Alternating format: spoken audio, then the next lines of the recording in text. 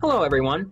Thank you for joining Malone University's Enactus team as we present creating an effective LinkedIn profile. A brief overview of how to be successful with a stellar LinkedIn account. Everyone at all skill levels should listen carefully and sharpen these skills when looking for a job. This is part 2 of 2, so if you did not listen to part 1 on creating an effective LinkedIn profile, I encourage you to do so, as it provided some information into what LinkedIn is. I would like to start now by what to include on your LinkedIn profile. One of the first keys is to make sure that you have a professional photo. And this is a must-have because if you do not have a photo, profiles with pictures are 7 times more likely to be viewed by potential connections than those with no pictures. So when you do not have a photo, your chance of being able to be connected with someone really goes down. So your image kind of sets the stage for your profile. So again, it's very important that you choose a professional photo. Obviously, it doesn't have to be one done by a professional that charges $300, but just make sure that it's in a professional setting and you look very nice. So a few keys to keep in mind: make sure it's professional, make sure the photo is up close, and always make sure you're smiling. As you can see here on these bottom 2 examples, a nice background of a tree, having a suit on, looking very professional will go a long way. What to include in terms of a captivating headline and location.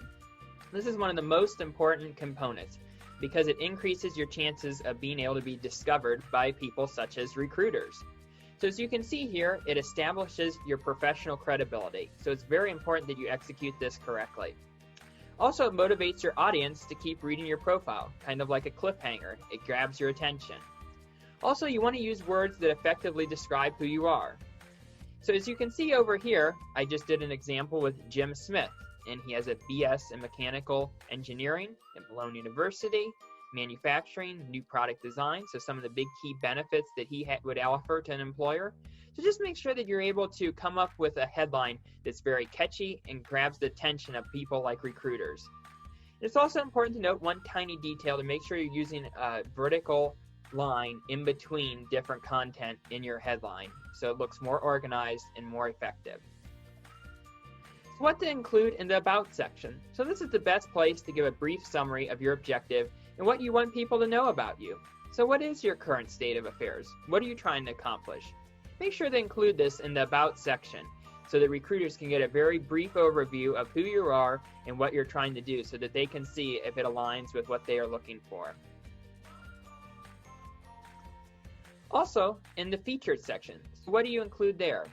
So in the featured part, you want to make sure that you link projects that you have worked on, posts you have been included on, or news promotions you have been a part of. So if you've been part of anything worthwhile, it was mentioned in the news, make sure you put this under the featured section. A lot of recruiters and a lot of organizations like to check this component out to see what you're involved in and see how you're making a difference in the community. Also, make sure one of the easiest things to do is just upload your resume. Obviously, if employers are able to download it right off of this section, it would be very beneficial. So what to include in terms of work experience?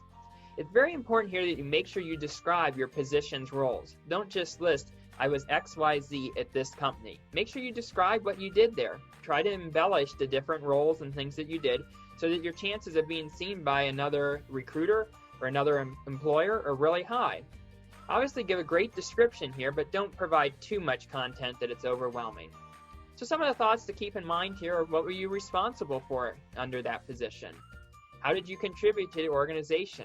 Was there anything that you did that led to the success of the organization? If so, how did you help? Also, make sure that you utilize to demonstrate your skills and knowledge.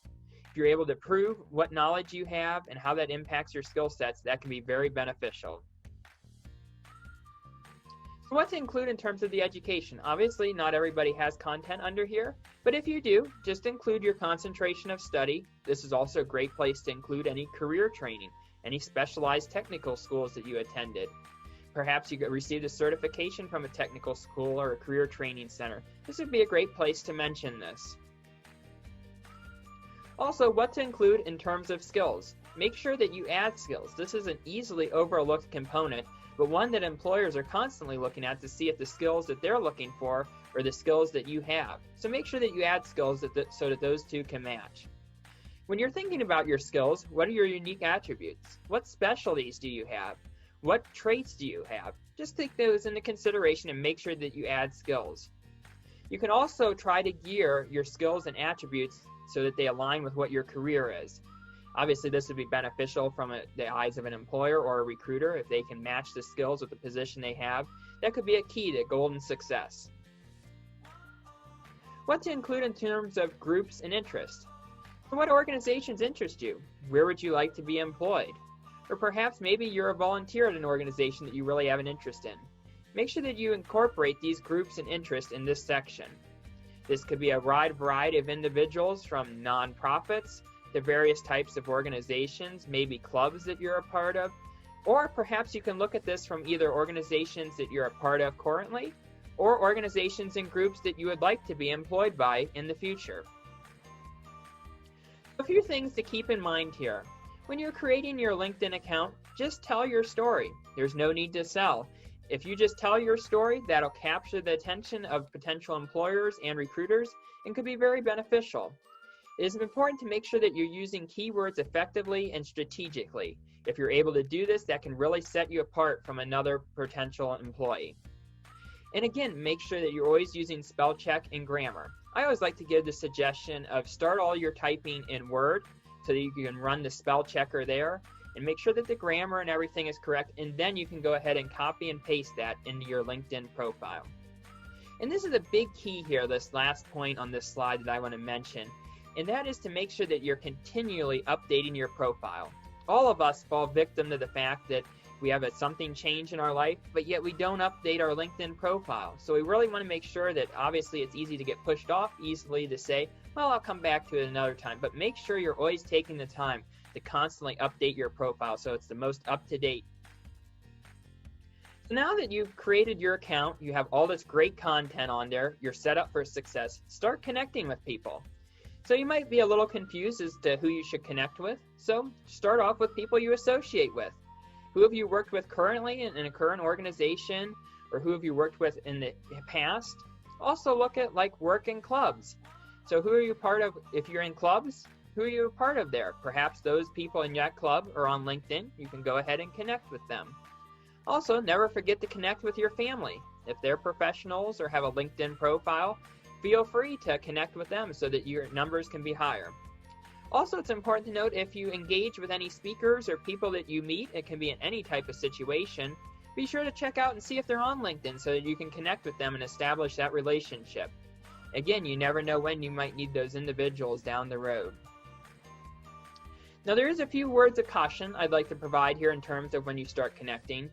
Be careful with some of the requests that you receive for connections. Sometimes they're obviously a salesman trying to get to reach you, or there could be a bunch of different undiscreet motives that would not be good. So just be careful, use discretion when accepting connection requests. Make sure that the person that you're connecting with or the person that wants to connect with you will add value to your profile. If they're just one other connection, it might not be that great a benefit and you might want to not connect with them. So make sure that it's being able to be an added value to your profile. And again, not just focus on the numbers, focus on the quality of connections that you have. There's no need to try to get 1 to 2 to 300 people when you could just have a quality 50 or 75. So again, I do want to mention you will receive sales reps requests. They want to connect with you depending upon the type of industry you're in and your position. And that's their main reason for connecting. They don't really want to connect with you just to be a connection. They want to try to sell you something. So keep that in mind. But also you can receive job offers on LinkedIn. So you'll want to keep an eye out for them and use discretion when connecting with those individuals and make sure that they are actually representing a company. So if you never met the individual personally, that's when I feel that you really need to view their profile before you accept the connection request. Obviously, you never want to just connect with somebody that you don't know. So make sure that if you never met the individual, that you check out their profile first. So wrapping up, I would like to incorporate the link to your profile on your resume. This is a really key point here to make. If you can have your resume with the LinkedIn link on it, that is very beneficial, and that's something new that employers and recruiters alike are really looking for. And also, I want to just remind everybody, dedicate time to creating your profile. All the time that you put into it will pay off. If you just do a crappy job and do it in a real hurry, that's not going to deliver good results. So make sure that you dedicate time to creating a really stellar profile. So if you're interested in any additional info, it can be found here. These are some additional great resources. Also, if you'd like some local resources and navigating partners, here's 4 organizations that would be of great benefit to you. I'd like to thank you for joining us today. We hope that you gained many valuable insights and ideas from this podcast, and please view our other episodes for even more content on a wide array of topics. Thank you for listening.